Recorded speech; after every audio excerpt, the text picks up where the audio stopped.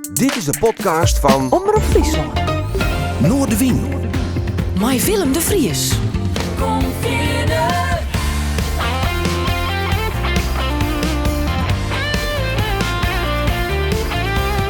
Alles wat er speelt. Omroep Friesland.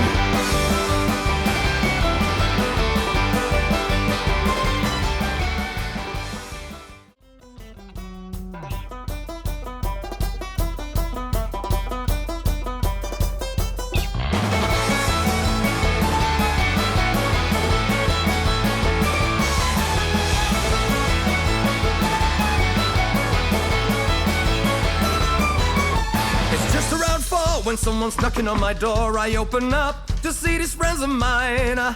They come in with a cheer saying, hey, let's have a beer down at the pub. We'll be killing time. It's the only thing we know. It's the only thing we do. Since the day you left us, we're rich because of you. It's the only thing we know. It's the only thing we do. Since you left us, we're just killing time. It's the only thing we know. It's the only thing we do. Since the day you left us, we're rich because of you. It's the only thing we know. It's the only thing we do. Since you left us, we're just killing time. Since you left us, we're just killing time. Since you left us, we're just killing time.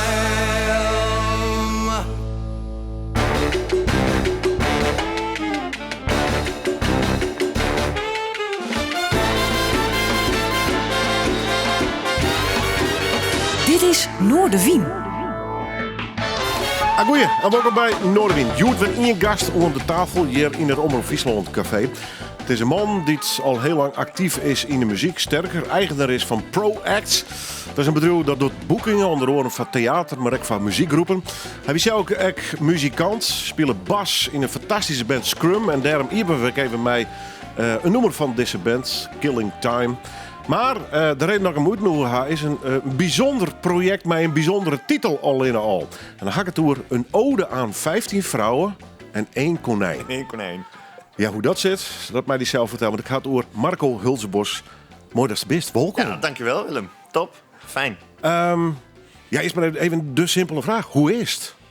Ja, eigenlijk wel heel goed. We hebben natuurlijk zeker in onze sector 2,5 jaar lang ellende gekend. En na afgelopen maart gingen bij ons de lijntjes weer omhoog. De bezoekersaantallen gingen weer omhoog. We konden weer een centje verdienen. En het gevoel dat je iets doet en daar gewoon een centje voor krijgt, dat is toch wel heel fijn. Dat hebben we natuurlijk 2 jaar niet gehad. Wel heel druk geweest. We hebben denk ik samen met mijn compagnon Sibren Jasper binnen ProEx 2 of 3 keer 500 voorstellingen verplaatst.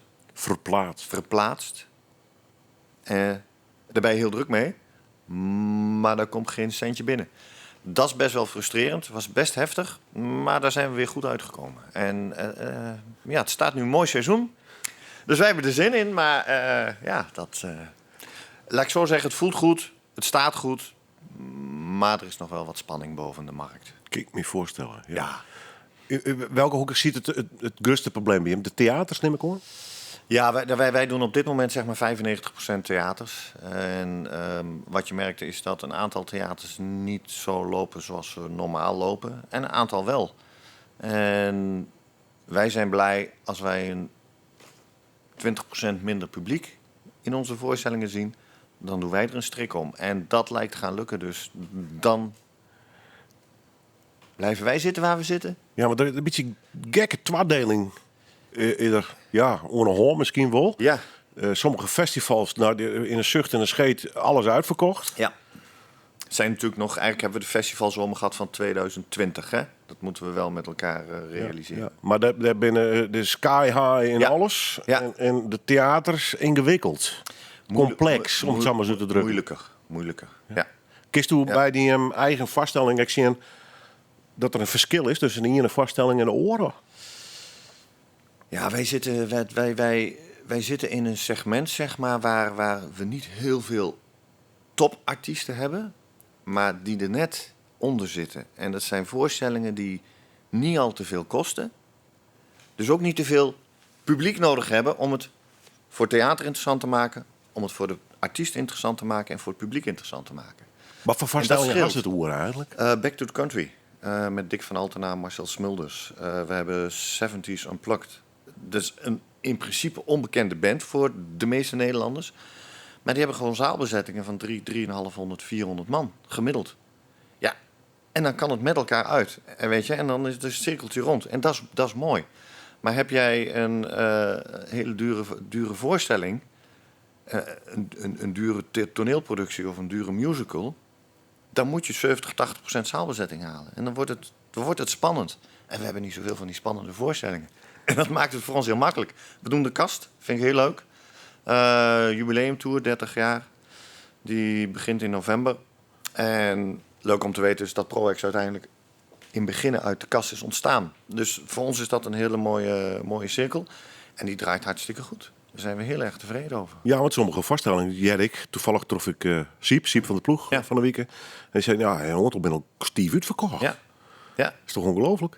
Ja, ik vind het fantastisch. Maar wij hebben zelf ook van, wow, die loopt hartstikke goed, weet je wel. Dus ja. Ja, maar de Van Grillen giet momenteel echt. Hè? Bij de ene theatershow niks. Ja, er is geen pijl meer op te trekken. Het had ook wel weer iets spannends, hè? Ja, maar dat is, weet je, wat wel, dat is wel spannend, is oké. Maar er moeten heel veel mondjes van gevoed worden. En als je spanning hebt om je mondjes te voeden, die vind ik lastig. Dat hoeft niet. Yieldpinisme. Sorry? Geldpijn. Geldpijn, ja, daar is een mooi woord voor, hoor ik. De naam valt al even, ProAct. Ja. Je zit er op de Jouwer, om het zo maar eens uit te drukken. Ik altijd. We zaten in Jouren. En Sieber en ik hebben rond 2012 zijn we daar weggegaan. Hebben we ons kantoor eigenlijk uit elkaar getrokken. Dus ik heb een hutje in Kampen. Sieber heeft een hutje in Oldenborn. Daar is ook ons bedrijfsvestigingsadres. Om die bedrijfskosten zo laag mogelijk te houden. Dus zo min mogelijk overhead, zodat als je wat doet, dat het eigenlijk ook gewoon direct money voor jezelf is. En dat werkt sinds 2012 als een speer voor ons. Geen overhead, we hebben geen mensen in dienst. We werken nog steeds met dezelfde team als dat we toen werkten. Ik zie hier admiraliteitsdagen liggen. Johan Koster doet voor ons alle internationale producties. Bart Volber, daar Hartog Krullig in Leeuwarden doet voor ons alle vormgeving. Dus we werken nog steeds met hetzelfde team. Alleen nu huren we ze in op het moment dat we ze nodig hebben. Ja. Nou, dat zei ik nog, wie mij net opvond, dat voor u. Ja. Nee. Ja. Het zit bij mij altijd in de holle. ProAct, ja. Dus het is van oorsprong Fries bedrijf. We zijn nog steeds Fries. Ja. En dat is mooi. Goed, ja, prachtig toch? Ja, want is dit... Was het altijd al woest, deze business? Of is het per ongeluk ontstaan? Maar die ligt bij de kast. Hiest u die zelf weg? Nee. Want Johan Koster kwam uit de kast, begeleiding in ieder geval. Ik ben eigenlijk in 2006 bij ProX gekomen. En Sieber, mijn compagnon, die zat in 2000 bij ProX. Die is bij ProX gekomen toen de kast de eerste theatertour deed. Via Mojo Theater toen nog. En toen was manager Klaas de Jong, die had zoiets van, ja, maar jongens, dat kunnen we ook zelf. Ja, dat kunnen we wel zelf, maar dan moet er wel een verkoper richting theater komen. Ja, en Siebren die verkocht computers. Dus die had zoiets, vind ik wel leuk, die kende Siep van Studentenhuis in Leeuwarden. Dus die is dat gaan doen. Het was een hele lastige om binnen die theaterwereld in te komen. Maar ja, met een artiest als De Kast was dat wel wat makkelijker. Nou, Henk Westbroek kwam erbij.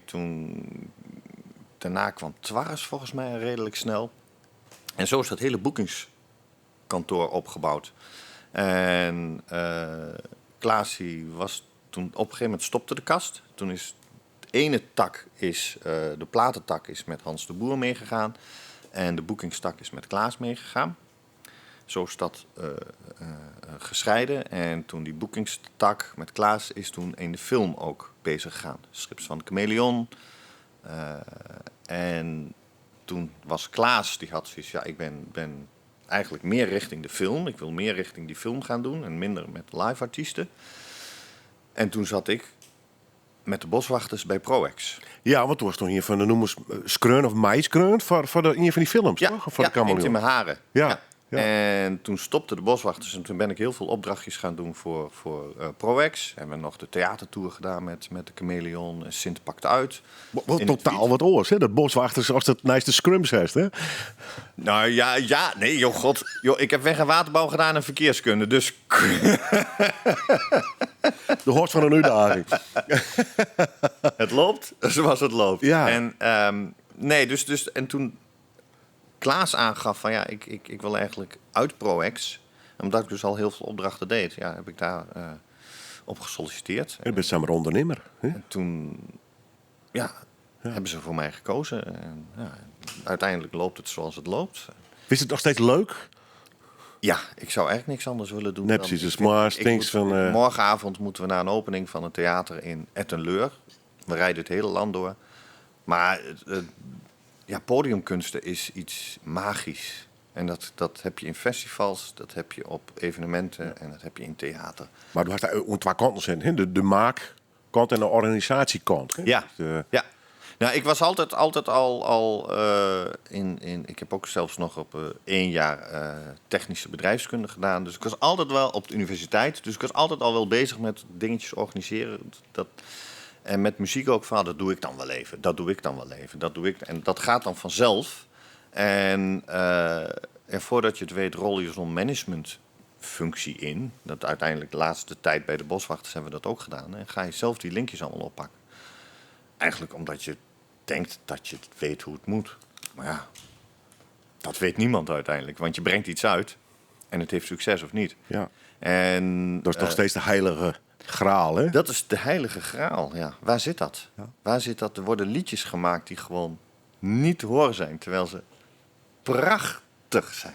Ja. En dat is mysterie. En dat is mooi. Ze bedoelt het toch nog een beetje spannend. Goed.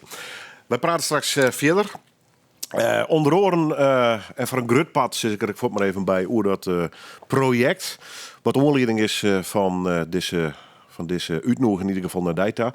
Een ode aan 15 vrouwen. En die ene konijn. Ik ben heel benieuwd naar het verhaal daarvan. Maar we draaien even noemen. Dat had ik te krijgen mij, dat project. Femi. Ja. Wat is het verhaal daarvan? Femi is het verhaal van mijn overleden tante. Of dat is de naam van mijn overleden tante. Maar het verhaal heeft een Friese basis. Mij staan aan het vertellen. We draaien meer. Jaren ben ik al op zoek nu, toch ik heb je nog nergens gezien. Weet dat tijd loopt als zand door mijn vingers. Een grip krijgen lukt mij maar niet. 7 zeeën zeil ik zonder kaart, zonder richting, alleen jou achterna. Ik weet dat jij bestaat, in woorden en zinnen, het moet ergens beginnen. Alleen jij weet waarover het gaat.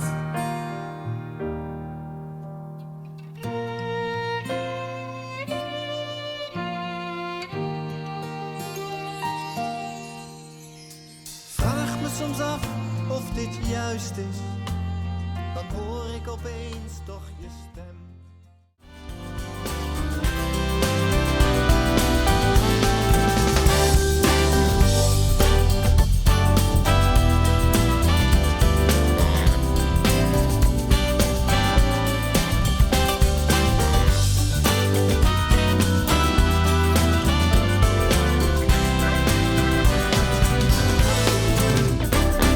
Mooi nummer. En ik het openingsnummer van het album Een ode aan 15 vrouwen en 1 konijn. Het nummer heet Florence. En de veroorzaker van dit verhaal zit bij mij hier in het Omroep Café, Marco Hilzebos. Ik kan net zeggen dat de plaat van hemzelf is, want ik denk zit op ongeveer 30, 34 mensen die hier om mij werken. Ha? Ja, meer dan 35 mensen. Ja, ik hier een rekensom kan maken, maar dat is Ja. een behoorlijke groep. Dat is een hele grote groep. Ja, de andere oorzaker van dit liedje dan, die woont aan die Wieteringswei in Oldenborn. Peter Krako. Die we straks op praten. Eerst maar even hoe dit nummer nog even. Ja. Wie is Florence? Florence. Nou ja, de tekst is eigenlijk al heel oud. Die heb ik samen met Erik Albers geschreven. Ooit voor een liedje voor Thomas Berger, ja. En dan moet ik even spieken, wat was... Iedere moment volgens mij. En als je het liedje Ieder Moment van Thomas Berger checkt... en deze tekst erop legt, dan past dat. Maar wij vonden die thematiek van die tekst... zo mooi, Erik en ik, van je tijd ver vooruit. Weet je wel? Je hebt wel eens van die vrouwen, die heb je ook wel eens... denk van, hoe weet ze nou dat ik dat zou willen gaan zeggen? Weet je wel? Ja, laat maar. Weet je wel? Je weet het. Denk van ja. En dus dat is de lijn van de tekst eigenlijk. En in de coronatijd, want daar is dit hele project geschreven, had je natuurlijk heel veel zorg nodig, iedereen. En de voorloper van de zorg, die dit op deze manier heeft ingezet, is Florence Nightingale. Dus ik had zoiets van, welke vrouw in dit tijdspad is nu eigenlijk haar tijd ver vooruit? Florence Nightingale, Yes. om het zo maar eens even nu te drukken. Prachtig verhaal. De pandemie breekt aan. Die basgitaar staat te verstoffen, om het zo maar eens uit te drukken. Ja. Dan begint hij te vervelen. Ja. Doe denkst, ik mis het optreden net, zoals Suve Kekkel even vertelde. Maar dat songschreeuwen vind ik geweldig. En nou, de link even naar dit album. Want hoe komt het op het idee dan om een ode aan 50 vrouwen en dat in je konijn? Ja, nou, Wat is de onderling? Hoe kwam ze erop? Het was april. Dus we zaten net 3 weken denk ik in zware lockdown. En mijn moeder was jarig. En ik had je mag er niet naartoe. Weet je wel? Hè? Ja, Ja, als er nou nightings. Dat is echt super raar is dat gewoon. En als er dan komt, mensen dan op oren meter en geen hoorn en geen knuffel. Nee. En je eigen mem. 2,5 jaar daarvoor was mijn vader overleden. Dus dat was niet echt dat je zegt van nou, dat is een leuke dag voor haar of zo. Weet je wel? En dus die week daarvooraf, dat hield mij toch bezig. En denk nou, ik ga een liedje voor haar schrijven. Dat is gewoon, ik bedoel, ja, ik kan wel een cadeau kopen, maar nee, ik ga een liedje voor haar schrijven. En dat ging heel makkelijk. En ik heb dat voor haar deur, op fucking 1,5 meter, la. Nou, dat is natuurlijk een prachtig moment, weet je wel. En ik denk, nou, ik knal dat op Facebook, dan krijgt ze daar ook nog wat feedback van op een best wel lastige dag natuurlijk, hè.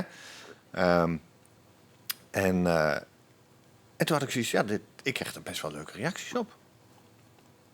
Nou, dan moet ik daar wat mee doen. Vind ik dan, weet je. En zo is dat balletje gaan rollen. Maar dan komt ze op een gegeven moment op het idee om een ode. Nou ja, die titel die is al heel vaak veranderd. En dat is ingegeven door alle rariteiten die rond de MeToo's en want het was eerst... het heette eerst 12 meisjes van 20. Dat was de eerste titel. Ik had 12 meisjes van 20? Ja, 12 liedjes. En 20 stond voor 2020. En ik had Erik Nijmeijer, kunstenaar, gevraagd om dan van elk liedje, van elk meisje, een schilderijtje te maken van 20 bij 20 centimeter. En dat zou dan 2020 zijn. Maar je gaat naar alle voice shizzle en weet ik wat er allemaal van bagger naar boven kwam. Als plus 50er niet een album maken van 12 meisjes van 20. Ik had zoiets van, dat is awkward gewoon om dat te doen. Ja, nu kan ik het wel weer roepen. Ja, nee, maar leuk idee, maar de verkeerde titel. Dat ga je niet doen. Ja, oude viezerik, weet je wel? Ja. Dus ik denk, maar uiteindelijk werden het 16 liedjes. En een van die liedjes gaat over een konijn, wat ook een dame was. Dus ik had zoiets, dan maak ik er een ode van. Want zo is het ook bedoeld. En 12 meisjes van 20 klinkt toch een beetje ranzig, zeg maar. Wonderlijk, hè, hoe dat invloed had momenteel. Of net. Nou ja, dat je daar dus toch rekening mee houdt in je creativiteit. En in je, Is dat irritant of is het oké? Nee, ik vind het wel oké. Je moet meebewegen. Niet te moeilijk over doen. Nee, ik vind niet. Nee, ik vind daar niet daar moeilijk over doen. Ik vind op het moment toen ik hem uitbracht, zeg maar, was dat allemaal bezig. Dus ik denk, ja, dat is niet slim. Dan moet je dat niet doen. Voor jezelf niet en voor die liedjes niet. Want die liedjes, ik vind dat die liedjes gehoord mogen worden aan mensen. En wat ze ervan vinden, dat maakt mij in die zin ook niet uit. Weet je wel, ik vind, als je kunt maken, moet je maken. En wat de mensen daarvan vinden, ja, dan moeten ze er zelf maar uithalen. Maar ik had zoiets, nee, dat vind ik iets, 12 meisjes van 20. Nee, nu nog, dat ik denk, ja, dat is niet te slim. Als ik nou een theatervoorstelling, 12 meisjes van 20, ga ik toch vragen over krijgen. Ja. Nou, die moet je voor zijn. Ja. Dus vandaar. Is het goed dat een maatschappij in dat opzicht ontvroren is? Maar ik, waarin toch zo lang in die muziekwereld en theaterwereld roem? Nou, ik verbaas me wel eens. Ik heb van de week trouwens met iemand een tekst geschreven voor een nieuw liedje. Ook weer een kunstenaar, Wouter Berends, hebben we het over verbazing. Nou, ik verbaas me er soms wel over. En dan bedoel ik van, toen mijn vader en mijn oom, toen ik 9 was en niet mee mocht naar de Groene Weide. Wat is er allemaal in de Groene Weide gebeurd wat nu dan niet meer zou kunnen? Ja. Weet je wel, dat is natuurlijk... Klik, klik, klik, ik heb je. Oh, een politieagent die gaat flippen. Klik, klik. Come on, weet je. Leven en laten leven. En natuurlijk dingen die niet kunnen, moeten niet kunnen. En dat vind ik wel goed dat daar meer over gepraat wordt. Maar het slaat wel eens door. Ja, je wat 4? Ja, vind ik wel. Ja. Je mag toch niet meer zeggen tegen iemand van... potverdomme, wat ziet er goed uit. Want dan wordt het al verdacht. Voor het intimideren. Ja. Ja. Goeie zaak, maar... Oh, een beetje nuchter benaderen. Precies, mij wordt wat minder scherp. In mijn optiek wel, ja. We gaan een nummer draaien van die lange list. 16, zei ze te leven. Ja. Hoe heette dat konijn eigenlijk? Wat is Het konijn, dat heet Kootje. Kootje.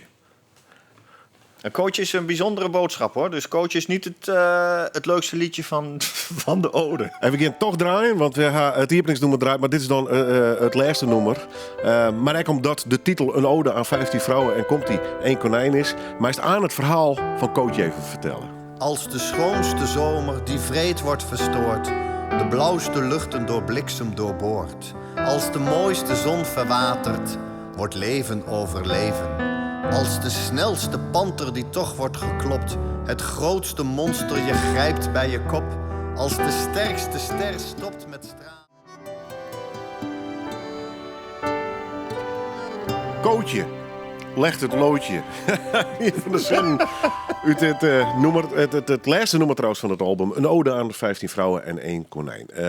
Onleiding genomen Marco Hulsbos, de bedenker van dit hele project, uit te nodigen. Hij zit hier aan tafel, nog een de koffie. Mm-hmm. En hij verwonderde zich onder de plaat. Benam oer de snelheid bij mij een knien deerging als hij net op tijd eten juist. Hè? Ja, nou ja, goed. Wij hadden dus een konijn. En dat hupste tijdens corona zo lekker. Zo'n lekker fluffy konijntje. En op een gegeven moment eet hij niet. Zij eet niet. En een paar uur later is ze gewoon dood. Hoe dan? Weet je, kom op, geef het even aan of zo. Nou, dat doet een konijn niet, hè? Dat is logisch. Nee. Maar dat verwonderde mij. En ja, ik kon er niet aan ontkomen, omdat ik natuurlijk met dat project bezig was. Ja, Kootje legt het loodje. Wat is dit nou? En ik dacht, die is leuk. Dus dat schrijf je dan als 1 regel op. En dan is er in die zomer een shorttrekster die aan auto-immuunziekte lijdt. En in Oostenrijk volgens mij overlijdt. Ja, heel wrang verhaal. Wrang verhaal. Ja. En ik was zo, wow. Heftig. Gewoon, maar ook die reacties van haar mede-teamleden, dat ik dacht van... Oh. En toen had ik zoiets van, ja... Dan moet ik... Ik ken haar niet, ik ken hun niet, weet je wel. Maar met dat gevoel, dat denk ik... En toen dacht ik, als ik dat gevoel nou combineer met het overlijden van dat Kootje... En als ik dan ook gewoon... Als het kleinste... Je grijpt bij je kop, dat is corona. Dus ik heb hem helemaal... Elke zin is corona gerelateerd en gerelateerd aan het snel overlijden en de ellende van de wereld die we op dat moment hadden. Want je wordt hier natuurlijk niet heel vrolijk van dit liedje. Maar dat geeft ook niet.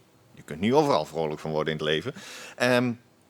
Maar dat als het snelste panter toch wordt geklopt. Dat gaat dus over die short tracks. Weet je, die had iets met panterhuidjes. En dat heb ik gecombineerd. En de muziek is van Erik Albers en van mij. Prachtig gearrangeerd in mijn optiek door Gregor Hamilton van Marcel Visser Band, van de beste zangers. En Mirjam Timmer, die Ik Is Streams van Twarres, vind ik een fantastisch album. Luister ik echt heel veel. En ook Peter Krakau en Gregor Hamilton trouwens. En daar zit op een gegeven moment ook... Doet Mirjam een instrumentaal met alleen maar vocale dingetjes. Vond ik zo mooi. En Michiel Hogeboezem heeft dit hele plaat Ja, is producer hè, van dit verhaal. Ja. En dus ik heb Michiel ook gezegd, ik zei, je hebt een linkje met Mirjam. Zou Mirjam hier gewoon een koortje op kunnen zetten? Ze waren in hetzelfde dorp, hè? Dus, ja. Nou, zegt hij, ga ik vragen. Maar ja, haar hond was natuurlijk, of iets, een kat was weggelopen. Dus, nou. En toen kwam ik met dit lied. Nou, dat ging natuurlijk niet helemaal goed. Maar uiteindelijk heeft ze het erop gezet. Ja, prachtig. Als je hoort wat zij doet, vocaal. Wauw, weet je wel. En ik heb haar creatief gewoon heel hoog. Dus ik vind het echt fantastisch dat ze eraan meegewerkt heeft. Dus ja, en dan krijgt het geheel een vorm. Ja. En ik heb trouwens, ik weet niet of je dat weet, dat ken je de podcast Aan de Keukentafel? Sietse Huisman. Sietse Huisman. Drummer Sietse Huisman zit ik er voortbrengen bij. En hij had 2 podcastseries. Die heb ik met film trouwens. Dus wel heel erg nieuwsgierig. Dus Drumpraat. Ja. Ondertussen trouwens doet hij met Cesar Zuiderwerk, zit ik er even bij, met de Golden Earring, zo'n sessie in Balwerk in Snits. Ik is te hinnen. Maar daarnaast, en dan kom ik bij, had hij interviews echt letterlijk aan de keukentafel in een Lieds-Fries dwarpje. Ellen te Damme, weet ik uit de Holle. Ja. Boudewijn de Groot, Siep. Hij krijgt ze alle naar Friesland. Dat is hartstikke mooi. Willeke Alberti ook. Ik had de aflevering nog net jet met Mirjam Timmer, maar dat is kind wel indrukwekkend. Ja, hij heeft een tweeluik gemaakt, zo noem ik dat dan mooi, een tweeluik. Met de eerste ene aflevering met Mirjam en de andere aflevering met Johan. En dan afgelopen jaar. Dus hoe kijk je nu terug? Waar zit je nu? Hoe kijk je nu terug? En echt waar, dikke luistertip. Echt fantastisch. Heeft hij meer dan fantastisch gedaan. Zou iedereen moeten luisteren. Absoluut. Als ik erover nadenk, krijg ik kippenvel. Ik short hoor die. We keren even om naar die project. We tonen naam. Er was een soort van verste band eigenlijk. Ja, verste band. Dat zit bij een project. Ja. Maar hast erbij belutsen. Bouke Bakker on drums. Serge Bredewold speelt de bas. Ja. Maar wat aan nog aan. Peter Krakau zei het heel belangrijk. Speelt onder oren gitaar. En Gregor Hamilton toetsen. Sinama Valtenleven en Erik Nijmeijer backing focus. En voor de rest heel promissie hadden om Meijburken. En ik lees direct naar de Bluegrass Boogeyman om Meijburken. Morgen, 34 meestal we net al in nemen. Eerst even, toen had die bas op een concert. Ja. Waarom? Dat is leuk dat je het vraagt. Want dat vroeg Serge zelf ook. Want ik belde hem. Ik zei, hoi, Wil je bas spelen? wil je bas spelen? Dat vond ik het zelf wel. Gewoon niet te lachen. Hij zegt, waarom zou ik dat doen? Ik zeg, omdat ik een project wil maken met mensen met wie ik nog nooit gewerkt heb. En ik wil het doen op de manier zoals Sting zijn projecten benadert. Omarm je met mensen die vele malen beter zijn dan jezelf, waardoor het totaalproject meer wordt dan wat je zelf zou kunnen doen. Dus ik zei ook tegen Serge, tuurlijk kan ik dat doen. A, duurt het dan veel langer? En B, doe ik het op mijn manier? En ik heb zangles genomen bij een van onze eigen artiesten. Bij Margriet Sjoerdsma, hè? Ja, ik lees het. En dus die vond het, wat ga jij dan doen? Ja, tuurlijk ga ik jou helpen, weet je. En ik zeg van, daar ga ik me op focussen. Ik zeg maar, ik zou het gewoon zeer eervol vinden als jij die bas zou willen doen. Nou, natuurlijk doe ik dat, weet je wel. En hij maakt ook dingen, hij speelt ook dingen. Het is allemaal veel strakker. Het is wel loslitten. Er is er net bij zitten van, kan je al vregen, maar... Nou, serieus. Ik had dus een studiosessie met Bouke, Serge, Gregor en Peter. En Michiel erbij. Aan de tafel. Maar dat zijn vakmensen. En echt, ik bedoel, dat durf ik nog niet in de schaduw te staan. Echt net iets te beskieden. Het is een fantastisch project. Ik bedoel, Nee, maar als in van instrumentaal. Wat zij bedoel, dat is ook logisch. Ik heb nooit conservatorium gedaan. Ze hebben dat allemaal doorgedaan, doorgestudeerd. Ja, dat merk je. Dat is logisch, weet je wel. Als ik een radioprogramma ga maken, is dat heel anders dan dat jij een radioprogramma maakt. Omdat jij maakt radioprogramma's. Ik niet. dat is echt. En schoenmaken blijft bij je lees. Dat heb ik wel geleerd in deze. En tuurlijk, ik ben helemaal geen zanger. Maar ik kan wel een verhaaltje vertellen. Het begin van het programma hier is toen Peter Krakos. Het is heel belangrijk. Die had een protte meiskreun. Hij mij produceert misschien wel. Die is een soort, dus een beetje een reële lijn in dit hele project uiteindelijk. Nou, nee, ik vind Peter zijn spel heel mooi. Net als dat van Kreko. Die kunnen zo mooi om de zang heen spelen. Ik vind dat prachtig. En elke keer als ik Peter ken ik natuurlijk van vroeger, van Twarres, die eerste rondes.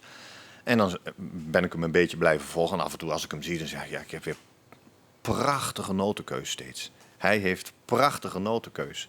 En dat zeg ik elke keer tegen hem. En toen had ik zoiets, dan wil ik hem ook bij het project hebben. En dat heb je ook sommige liedjes. Sofietje heeft hij ook, dan doet hij weer dingetjes. Dan denk ik, prachtig. Du hast zangles genomen? Ja. Bij Margriet Sjoerdsma. Hoe je dat in die holle ging met het jong? Ik bedoel, dat is nogal wat om een compleet album.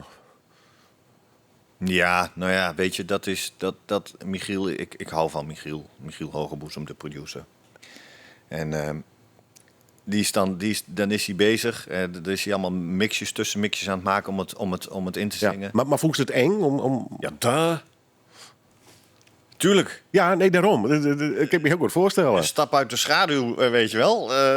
Wat ga jij nou doen? Ja, nee, als de coole bassist van een coole band. Kan toch ook Scrum. Dat kan toch helemaal niet? En ik bedoel, als je het niet doet... Nee, ik ben het wel met die eens. Maar gebeurt het niet, hè? Maar daarom kan het nog wel heel eng wezen. Zeker, joh. Man, als ik er nu aan nadenk, denk ik van waarom heb ik het überhaupt... Tot op de dag, echt serieus, hè?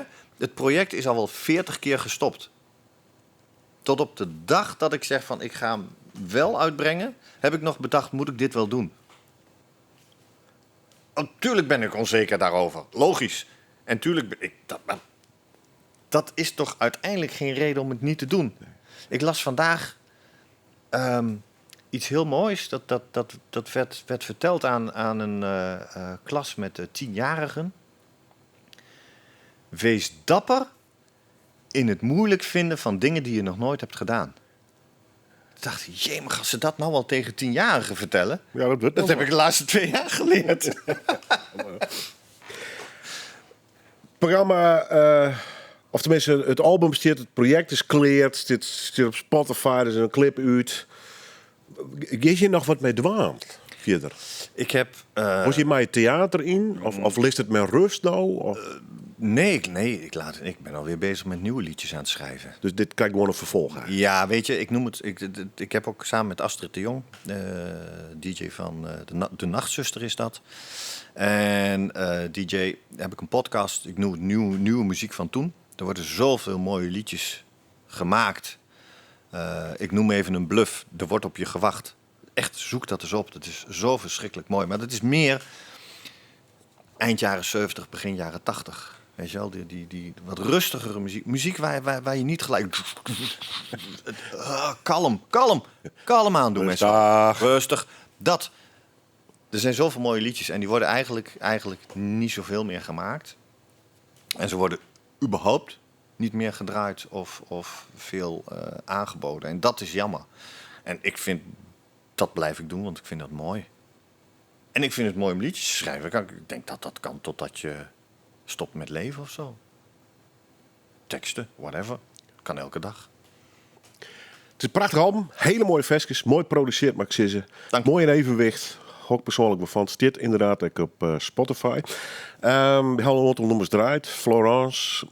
Sofietje komt nog langs. Suus. Femi, Astrid, Tessa, Irma, Ria, Sanne. Nou ja, tot coachje onta. We eindigen met Margriet. Ja. Margriet is eigenlijk een combinatie van het mooiste meisje van de klas en ik vertrek. Dat is eigenlijk gewoon dat als je wat bedoel je? Nou ja, dat. En met Gregor geschreven, Gregor Hamilton. Het bizar is gewoon dat ik ging naar hem toe. Ik zei, nou, wil je met mij een liedje schrijven? Ja, tuurlijk, weet je wel. En ik had hem al wel gevraagd om het in te spelen. Maar nee, ik vind het leuk, liedje schrijven samen. Cool, gaan we doen. Dus ik ga daar naartoe. Dat mocht toen weer. En ik kom aan met die tekst. En, ja, mooi. Wil je een kop koffie? Ja. Zegt hij, loop ik even naar boven. Hij loopt naar boven, komt terug met 2 koffie. Gaat achter de piano zitten. Ik dacht hieraan. Hè? Hoe dan? Echt, hè? Tijdens het lopen op de trap, naar beneden. En we hadden binnen een half uur stond het melodietje. Ja, bizar. Dat is toch mooi? Ik had hem ook niet kunnen vragen. Ik had er niet naartoe kunnen rijden. Dan was Margriet er niet geweest. En Margriet is... ik heb ook wel wat met bloemen op het album. En Margriet is in die zin het mooiste meisje uit de klas. In combinatie met Ik Vertrek. Maar is ook een hele mooie bloem die aan het eind heel mooi open klapt. En Margriet weet ik dat er een versje bestaat wat om Margriet geeft en dat het is niet een ode is om... Ja, het is niet zozeer een ode aan Margriet Sjoerdsma. Sorry Margriet, maar... Een Margriet Sisma. Ja. Een Margriet. Ja, ik vond dat hij opent zo mooi. En daar denk ik, nou, dat is dan mooi. Dank u wel. Dank je wel. Hoe gaat het met jou? Vroeg ik me af. Het is lang geleden dat ik je zag. Veel te kort samen toen die tijd. Mag ik je weer zien?